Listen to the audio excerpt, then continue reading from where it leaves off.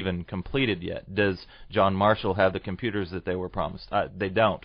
Do the elementary schools have the carpet or the... Is Douglas looking the way it was supposed to look? Right, and I think that if the media would have asked these questions, would have gone out and looked at the prior MAPS projects and say, are they completed? Did they achieve what they needed? I think the answer wouldn't have been what people would like, and that could have changed things. But I think it's kind of wrong to even call this latest thing a part of the MAPS project because it's so different and it doesn't really benefit anyone other than the McClendon and Bennett and friends. And there's plenty of numbers to back that up. He said McClendon. He used the M word. We'll be back.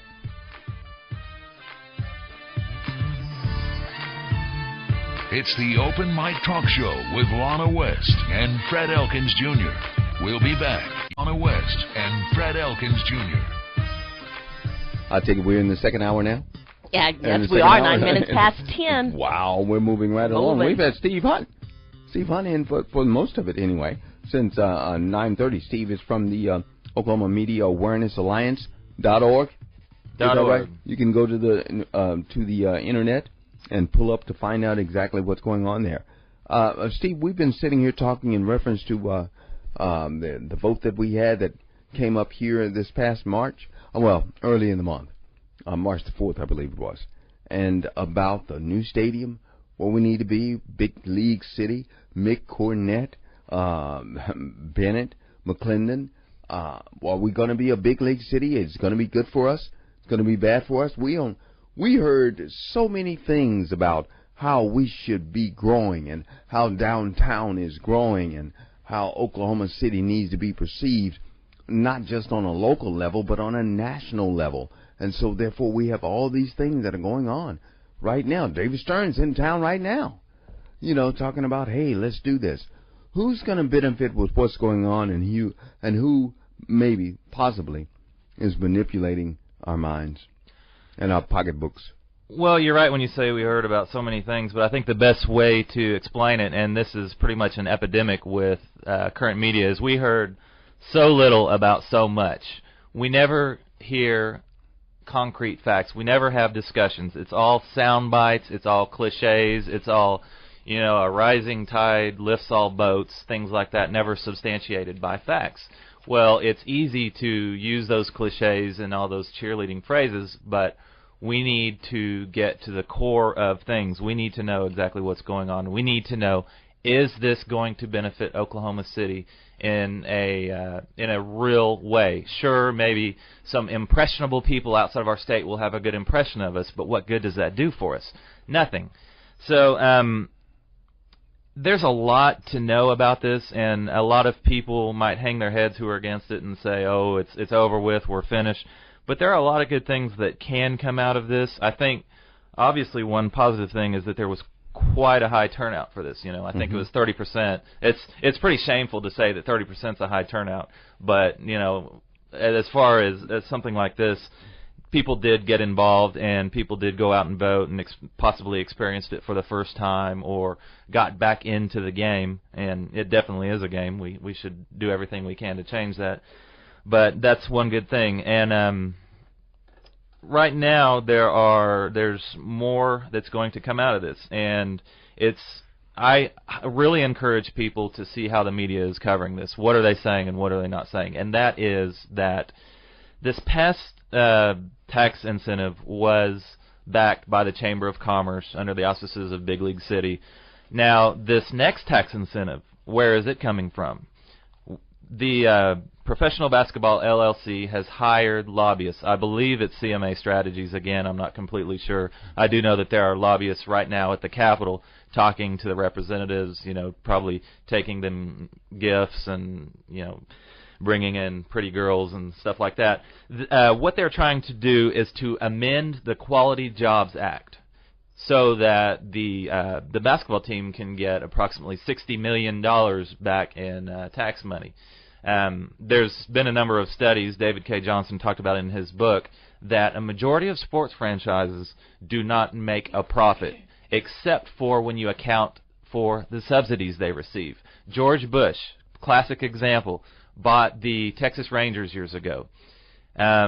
received just a huge amount of taxpayer dollars, received land, eminent domain. The money that they bought it for, eventually they sold it. They sold it for approximately $250 million. Had it not been for the subsidy, they would have lost an incredible amount of money. Well, what's the problem?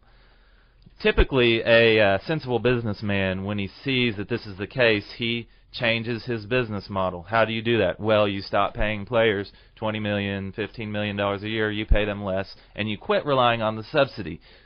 The problem with the subsidy is that these things should be going to more important things. It should be going to public transportation. They should be to improve roads, libraries. I know that Art Modell... School system, definitely. Talking about libraries, Art Modell years ago created a fight between Baltimore and I guess it was Indianapolis, or anyway, Baltimore and another city, and he was talking about why they should have a subsidy. And someone brought up, well, shouldn't this go towards libraries, schools? He says the pride and presence of a professional sports franchise is more important than 30 libraries. So I think that's quite a statement for knowing what we're up against and whether or not this will be good for Oklahoma City. Because I think if these people are of like minds to individuals like Art Modell, it's safe to say that they don't care about our city. They care about their interests, their pocketbooks, their shareholders, and things like that. All right, Steve, let's talk about the money real quick. I apologize, Fred. Let's talk about the money a little bit more. We're talking about $121 million going towards the Ford Center, possibly some more restaurants and some other ventures or whatever, but $121 million. My thing is, how do we truly know it's going to take $121 million? They've broken it down, but they haven't broken down the cost of the $121 million. I mean, it could be $80 million for all we know, and somebody's making some money off of this. How do we find out? All right, well, there's a lot of information available at okc.gov. You can get just about anything you want there. You can go up to the courthouse and ask for documents. And I mean, here's the thing with the big picture of all this. This is still a very free country. One of the ways that I found out how much was being spent by this campaign was by going to all the television stations, asking to see their public files, and then they gave me the information. They weren't supposed to, because CMA Strategies checked the box that says this is not an issue of national importance. When it's not an issue of national importance, you don't have to disclose your financials. It's kind of ironic that they said it's not an issue of national importance when the whole point is to put us on the national map. It's very easy to get information. It's very easy to find out where money's going. Okay, we mentioned $121 million. How much is it going to cost? Well, Benham is the group that has gotten the job to renovate the stadium.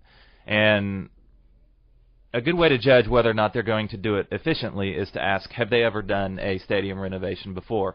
Well, we called them the other day and talked to the secretary. She said she was very nice. She said, okay, I'll go ask the guy if we've ever done this. And she comes back rather frantic, saying, well, we're not comfortable answering that question. Well, that translates to you have done 0 stadium renovations. The 2 companies who were up for the bid by the name of, just a second here, HOK and Ellerby Beckett, have done a number of stadium renovations. Well, one thing you're not hearing in the press is that the Forward 3 project, which is a subgroup of the Chamber of Commerce, Benham gave quite a large amount of money to that. So one can deduct that possibly this is why they got it. Benham paid for the job. I don't want to speculate. Benham bought the job. You can speculate. No, okay, I mean, they've never done it before. I'm envisioning, and Lana, we talked about this, another county jail. I mean, how are you going to put together a stadium if you've never done it before? It seems like all the time in Oklahoma City when we have major products, we have to go back and redo the project. Right. And these subsidies, it's a whole lot of money being bandied around. And these subsidies can go to a whole lot of different people or a whole lot of different organizations. Right. Who has the authority to decide where all the money is going? Well, I don't know the the real answer to that question, but I do know